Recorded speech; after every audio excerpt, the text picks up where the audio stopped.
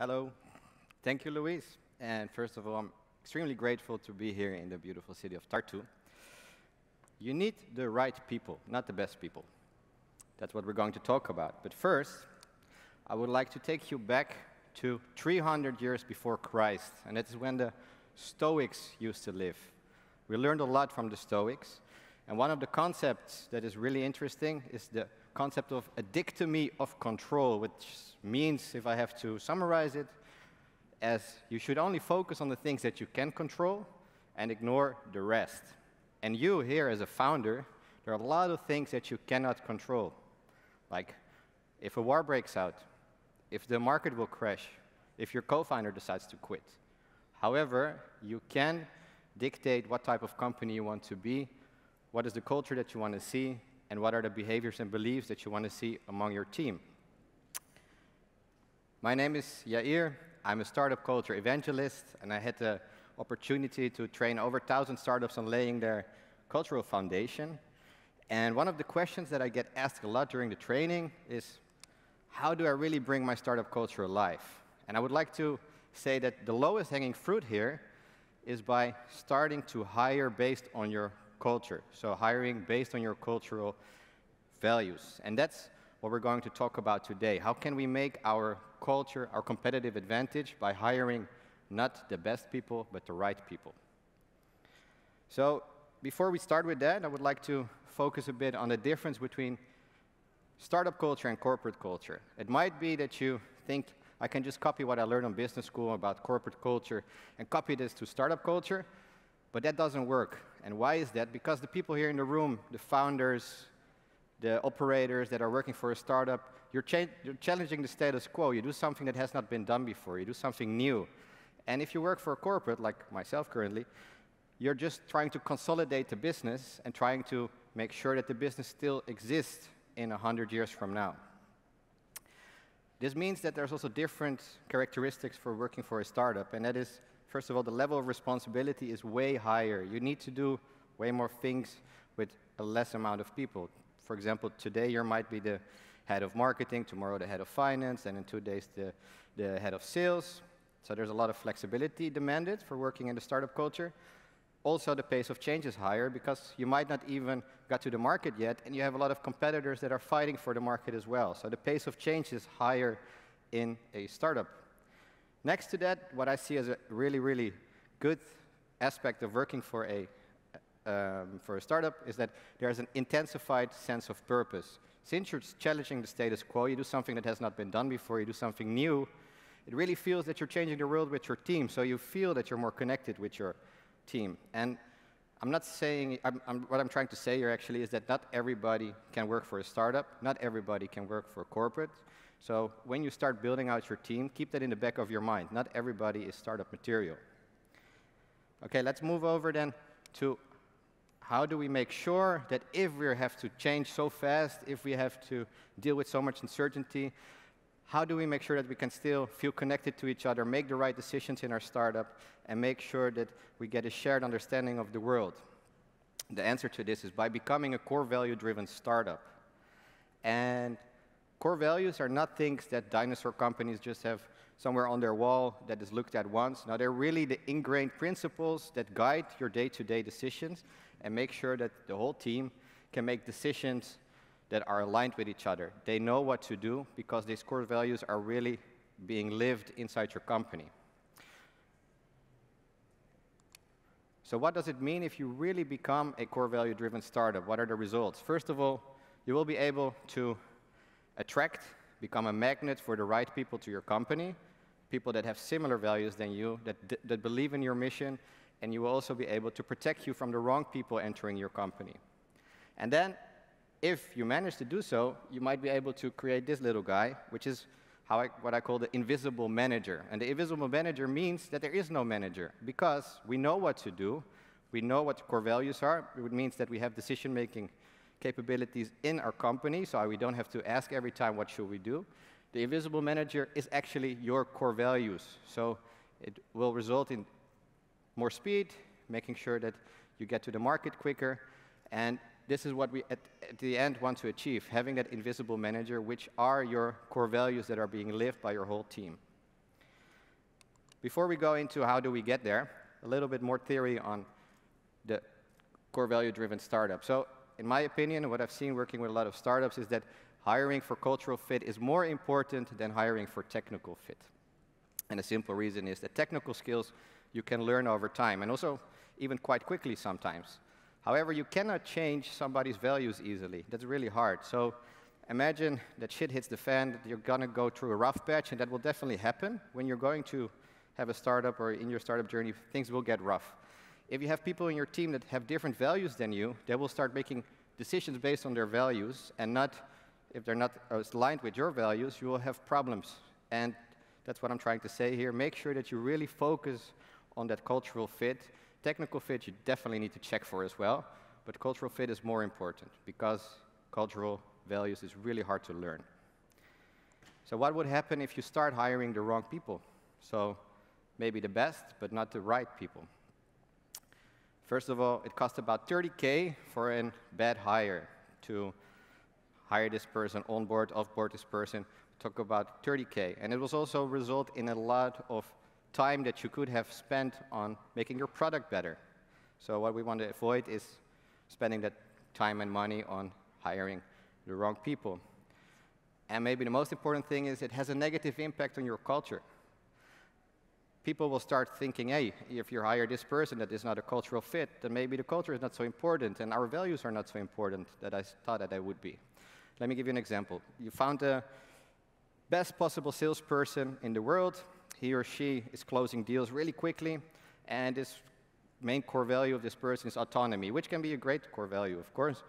But your core value of your company is collaboration. You want that information is shared within your team. You want that your clients are approached by a team, and this person starts approaching clients alone, doesn't share information with other people in your company, and what happens now is a snowball effect. People that are inside your company feel like, okay, maybe we shouldn't share information, maybe we shouldn't go to clients in a group, but we just should approach them alone. And what I'm trying to say here is we should never prioritize individual achievements over your company culture because it will have a deteriorating effect on your company culture. So keep that in the back of your mind. Individuals are never more important than your culture. Before we start into hiring based on cultural alignment, I want to stress two things that are really non-negotiables that every startup team member should have before you start working at your team. And they have nothing to do with the technical skills, they have nothing to do with your core values, but they're just two non-negotiables that are based on the nature that you're working in a startup. And the first one is flexibility. We talked about it before. You need to be really flexible to work in a startup environment because changing job descriptions, not a 9-to-5 job, being okay with a certain environment, no job security, etc. And then another non-negotiable that you should check for when you start building your team is they should be able to have a feedback mindset because we want to have that 10 times better product than our competitors. That means that we need to iterate really fast. If a person is not able to give and receive feedback, how can we expect that this person is going to iterate? So keep that in mind. These are two non-negotiables even before you start hiring for cultural alignment or technical skills, that you should check these non-negotiables for your startup. Okay, we're going to do a case with you. And this is a startup that I've trained, and their mission is to drive the future of commerce with faster, greener, customer-centric deliveries in the cities. And their values are curiosity, agility, collaboration, and passion for people and planet. And you're hiring for the role of product manager. So we got two applicants. One, Kate, ex-Uber, ex-JP Morgan. She has led a team of product managers at Uber, had done an MBA, is a very structured worker and understands office politics, has a very competitive spirit, and enjoys going back to the same holiday location every year. On the other hand, we have Mo. Mo has worked for an NGO and has proudly failed as a startup founder. He is head of product at an NGO at his own startup, and also he has started college, but he dropped out, working since he was 20. He loves chaos, and he needs to be surrounded by people. And the last thing that we know about him, he goes on very adventurous trips. So I would like to ask the audience for this role, who would hire Kate, and who would hire Mo? So first, hands up if you would hire Kate. Nobody. And who would hire Mo? Sorry. Okay. The most people would hire Mo. Also, a lot of people would hire anybody of them. It's also fine. Keep on searching for the right fit. Very good. But I'm happy that you're focusing on Mo here, and I'll tell you why. Because what I see a lot in those trainings that I'm giving, that a lot of startup founders, they just look at experience and CV. They see the ex-Uber, they see the ex-Airbnb, they see the ex-JP Morgan, and said, this person, I need to have it. Instead of looking what really drives this person, right? Remember that you had a core value about passion for people and planet. So Mo, he worked at an NGO, so it really shows that he cares about this. Also, he loves chaos, and in your startup, you have agility as a core value, and collaboration, which is really important for Mo because he needs to be surrounded by people. So what I'm trying to say here, look further than just the experience and their resume, but look what drives this person to really make sure that you get a good cultural fit. I'm going to make it even more practical for you. So before we start with the interviews, what are the things that you need to do before hiring for cultural alignment? First of all, you need to develop your core values, right? Because otherwise we cannot ask questions about these core values. I don't have time to talk about this right now because that takes at least 1 or 2 days to have your first set of core values developed. But I want to tell you one thing, don't have more than 4 core values, because remember that they should serve as a compass, they should serve as decision makers, and if there's too many, we cannot remember them. So have maximum 4 core values. And then we need at least 2 people that conduct these core value interviews. Why? Because we want to minimize biases that we all have, and we also want them to be trained because we want to make sure that they know how to focus on behaviors. How can we make sure that they really focus on the behaviors and not just on what people are saying? They need to make sure that they really test the candidate. So they need to be trained so they can focus on behaviors.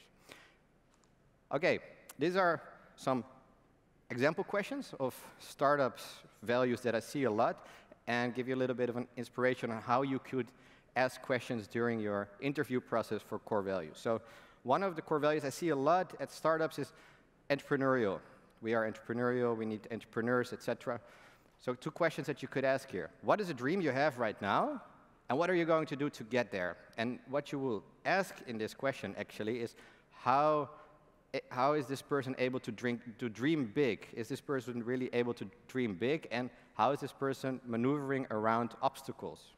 Another question that you could ask here is, when have you created something from nothing? And this will give you an insight how resourceful this person is. And of course, entrepreneurial can mean different things for you, so you need to think for yourself, what is the question that I want to ask connected to my core value?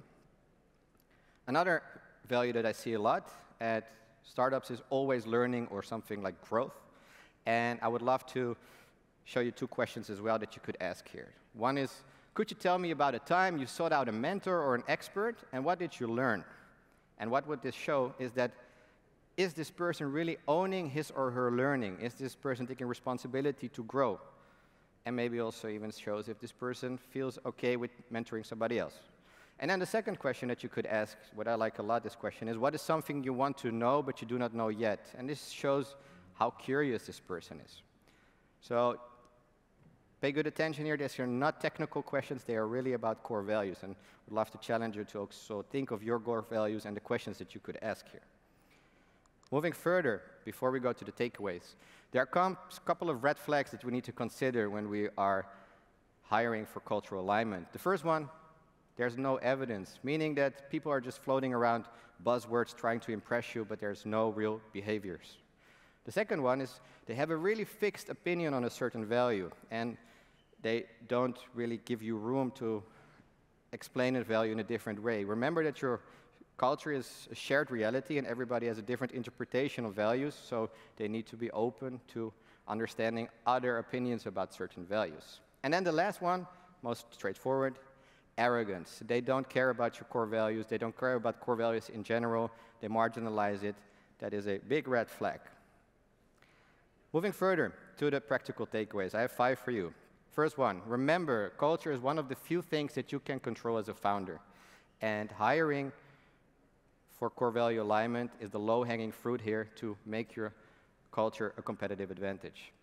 We can only do this when we first develop our core values, not more than 4, because we need to be able to remember them. If we have developed those 4 core values, we can start developing core value interviews, like we did just now in the examples with you. And then we need to appoint some trained interviewers that can really look for the behaviors. So we're not focusing on technical skills during those core value interviews. We're really focusing on the behaviors. And then the last one, remember there were 2 non-negotiables that everybody, in my opinion, should have when they start working for a startup. And the first one is being open to give and receive feedback, because we need to iterate on our product and we need to make our product better. And the second one is they need to be flexible because of the nature of working for a startup and dealing with so much uncertainties. That are the 5 takeaways. Then the last thing that I would like to share is the conclusion. Remember, if you become a core value-driven startup, you're not going to hire the best people. No, you're going to attract the right people. This will lead to that invisible manager that can guide your team without actually needing a manager. People will know what to do. They feel that there's autonomy. They feel ownership of the company, and it will increase your time to market, leading for you to get a 10 times better product than your competitor and get to the market first. And this will lead to into making your culture your competitive advantage. If you scan this QR code, you can see the presentation. I would love to chat more about culture, and I wish all of you a great Startup Days. Thank you very much. Jaïr, thank you. I like this topic. I wish I had more time to talk to you than just 30 seconds. But when you talk, this concept of the invisible manager, to me, that's a much deeper concept than is said. It's decentralized command. It's saying, I give you responsibility. Like, the core part of this invisible manager is saying, I give you responsibility. I'm not, it's like the opposite of micromanaging. Yeah, exactly. I give you that responsibility. And even if you screw it up a bit, that's okay. You know, but like within boundaries. Exactly, because I think if you want to be successful as a startup, you need to be able to screw it up a lot of times. And there needs to be space for brilliant, crazy, stupid ideas. Otherwise, you cannot get the 10 times better product than your competitor. But you're completely right. Like what you do with having really strong core values, people know what to do, and you are a little bit more strict on hiring them, but then you know that you can let them go. And you hire them for a reason. They are going to do everything in the best interest of the startup, and they're not trying to please you. I think that's important. That's a really nice way to work it. If you hire right, you don't need to micromanage, because they should be using the guiding principles that you lay down. All right, Jaïr, thank you very much. One more round of applause. Thank you, sir.